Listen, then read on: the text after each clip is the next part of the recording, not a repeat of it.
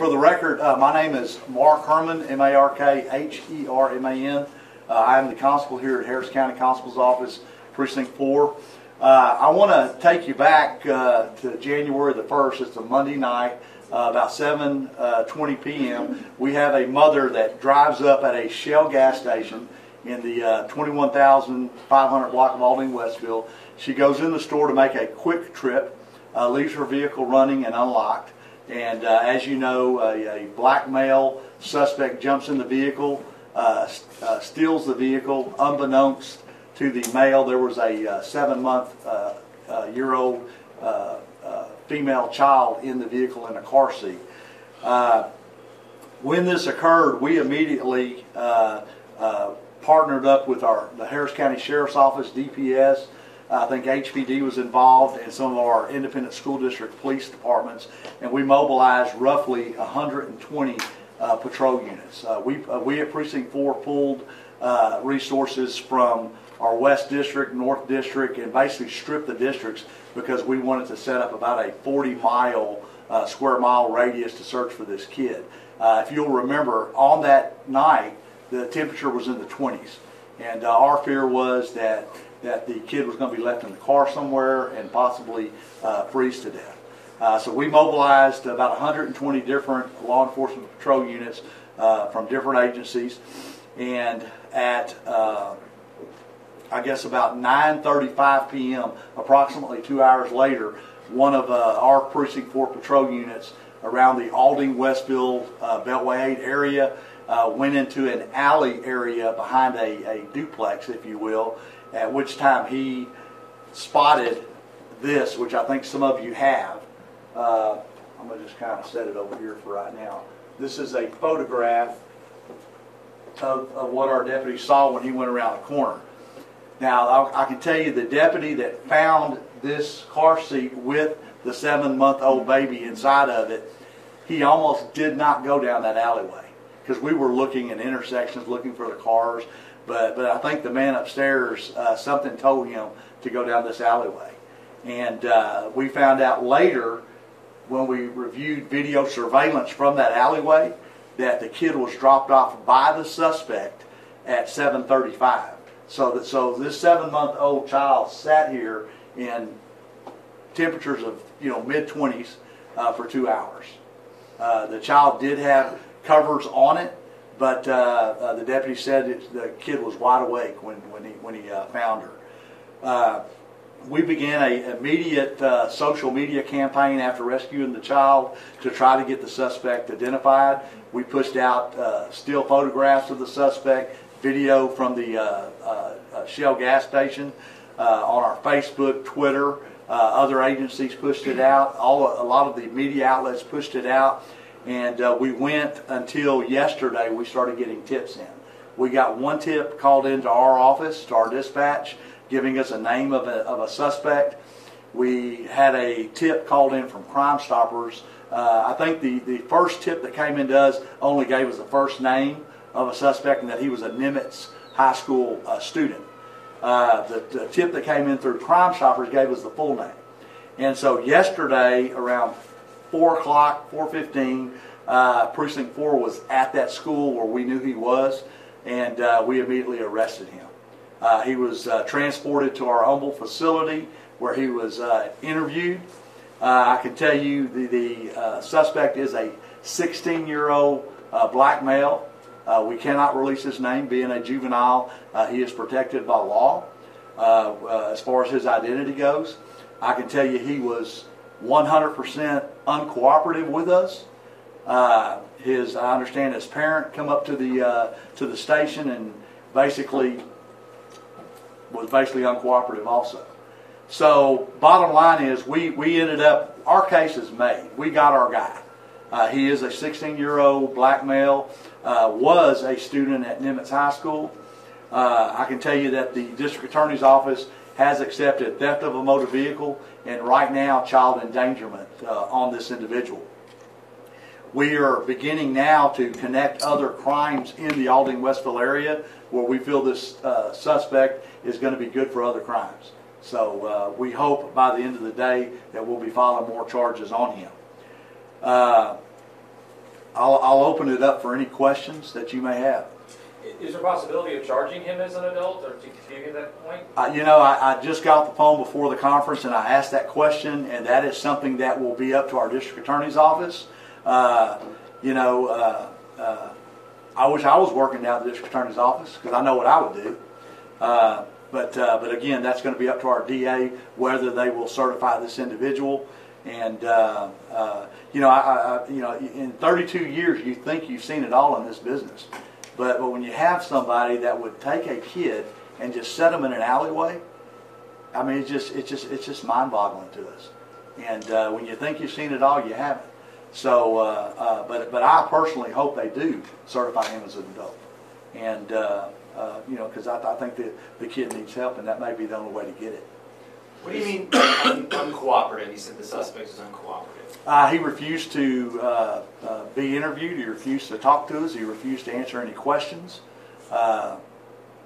Just very uncooperative. So you didn't admit to anything or express remorse or anything? No remorse. Didn't admit to anything. And of course, we all know in this business you're innocent until proven guilty. But I can tell you, I've reviewed this entire deal. This kid is going to be found guilty in whatever court he's in. We have people that identified him, that identified his jacket. I mean, folks at the school said, "Oh, that's such and such," and so we look forward to that day in court for this individual. I can tell you, we did speak to the mother yesterday evening before we blasted out that we had our person, and let her know she is very relieved. And the 7-month-old baby is doing fine today and safe, thanks to that deputy that found her on that night. So was this you said it was a Crime Stoppers tip, so does that mean that the person's going to receive some kind of reward? I don't know. One of the tips did come in through Crime Stoppers. Actually, the one that came in through Crime Stoppers gave us the full name of the person. And then the tip that came in through our office gave a first name and what school he went to. And we were already connecting the dots when the Crime Stopper tip came in. So again, I don't know the criteria and guidelines for Crime Stoppers, but again, both tips helped us in our case. That's why you answered this a little bit, but I was going to ask about other evidence besides the Crime Stopper tip with the names. So you mentioned the jacket match, people at school. Mentioned that was he talking about it at school? Or? Yep. We have statements where he was bragging and different things. And again, I don't want to air out our case in the media because I certainly want our district attorney to have that opportunity in court. And but again, being in the business 32 years, we've got our person.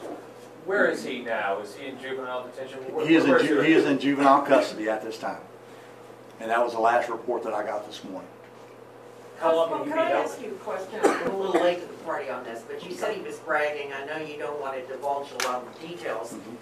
But what would a 16-year-old brag about leaving a baby on the side of the road? Yeah. Well, I don't want to go into what he exactly said to some of our witnesses, but I can tell you we have witnesses that came to us and said he was bragging about the incident. And is that why they came to you? I mean, was there something in what he was saying that offended them? Well, I think the big social media push and the media outlets pushing, the photograph that was out and about after seeing that and him corroborating it by speaking about it, it raised flags and they alerted authorities. You mentioned he may be connected potentially to some other crimes. What types of crimes? Yeah, we really don't want to go into that right now because, again, and those of you that know me, I hold my cards very close to our chest. We don't want to give that out right now, but I can tell you we'll be visiting him again real soon. You mentioned his parents were uncooperative. In what way? I don't want to go into that because I was not there. I just was told. And so I feel good about making that comment just from what I was told. But as far as the particulars and the mannerisms and stuff like that, I don't want to go into that.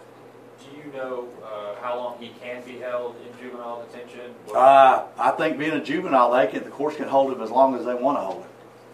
And so, juvenile is a little different than an adult. And, again, I feel very good about the work that we did on the case, not only from the criminal side of it, but with our district attorney, their cooperation, and the charges they've accepted so far. Does he have any previous criminal history that we know I of? don't want to go into that. Yeah, I don't want to comment. How far away, sorry. Go ahead, Doug, go ahead. How far away was the baby found where the original scene happened? 6 miles. Yeah, 6 miles away from where the actual car was taken. It's roughly 6 miles, and you know, it was on an alleyway. I mean, it was. I mean, had our deputy not turned down that alleyway, that kid would not have been found till the next morning. And again, it was in the mid-20s. You know, that night, coldest day of the year. Do you think that the suspect knew that there was a child in the back seat, or was that something that he discovered? While he was stealing the car? We feel he discovered it once he fled with the car, because we have other evidence and video that shows him when he dropped the kid off, and you can see him literally put the kid on the side of the road in the bushes. And I mean, this picture here doesn't do justice, but over here, I tried to get a wider shot, and some of you do have the wider shot, but you can see there's brush and stuff over here.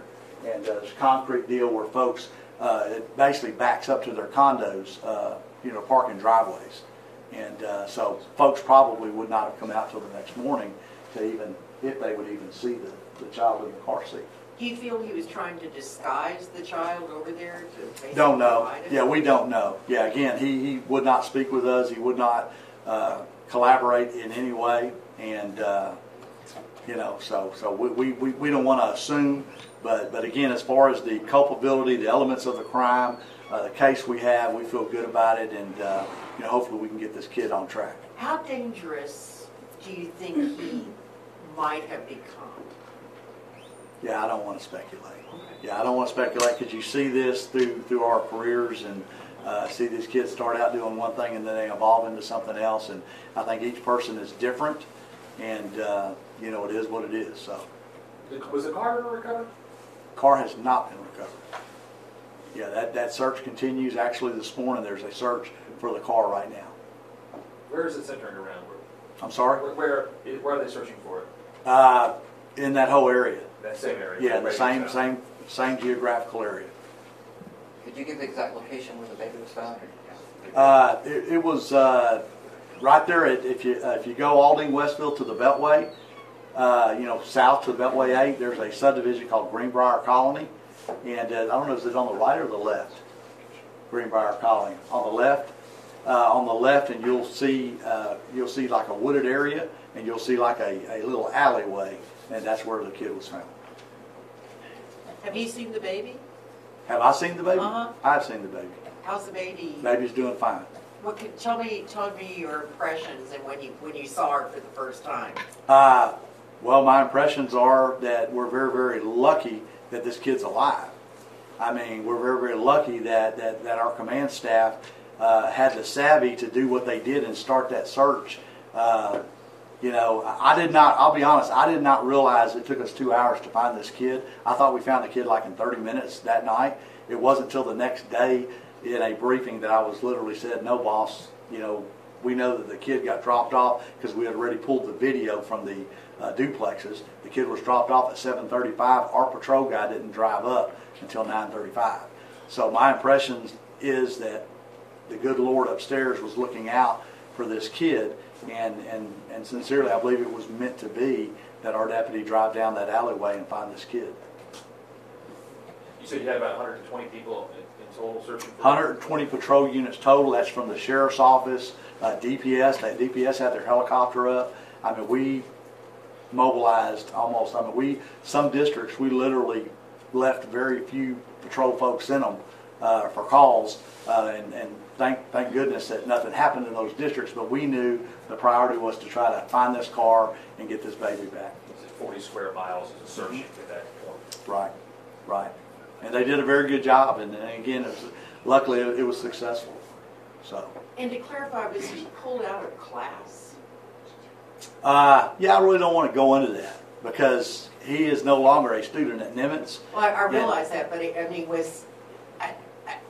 I don't think there's anything that would affect. Well, let's just say there were some things done, some collaboration with our office and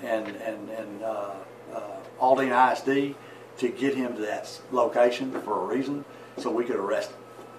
So he was arrested, was he at the school or At the school. at the school? Yep. Was he surprised? Yeah, he was surprised, but again, there was nowhere he could go. I mean, because when we went to get him, we made sure we were prepared to get him, because we did anticipate him running. But you know, my hat's off to our folks that went out there and got him, and it was without incident. He was in custody, and he's still in custody. Any other questions? The arrest was yesterday? Yesterday evening, What time? about 4:15 p.m. So that would have been after school? Yeah, there were school functions still going on. Okay. Okay. No more questions. All right. Are you Great. Are you going to give us the video that shows? No, ma'am. No, the we're officers? going to leave that all up to our DA because they're going to Okay. use that to prosecute, and yeah, we don't want to tilt our hand on that, and.